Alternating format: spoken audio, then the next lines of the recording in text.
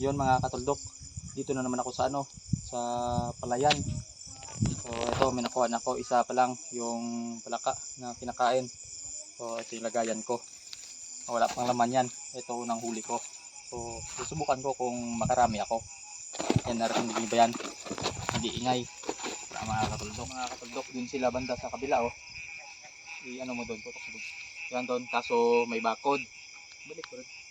Hindi ako pwedeng pumasok kasi may bakod. Malayo yung daanan yan, doon pa sa kabila yung daan. Kaya dito na lang muna ako. Yun, pupuntahan ko yun. Hulihin ko.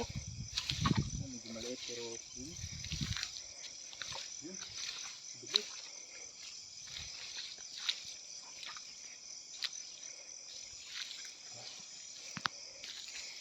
Medyo maliit pa siya pero okay to mga katuldok. Mataba naman to. Maghahanap ako. Sana makarami. Samahan nyo nila ako sa paghahanap mga katuldok. Ayan.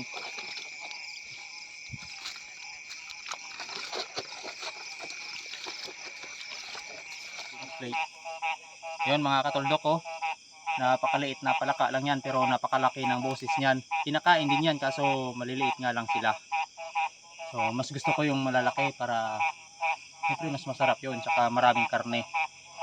Tingnan nyo yung liig, lumulobo. So yun mga katuldok, ang iingay pa nila dyan sa kabilang palayan. Kaso okay na tong nakuha ko, medyo madami na. So susunod na lang ulit yan, pwede yan bukas ulit ng gabi. So pauwi na ako ngayon mga katuldok.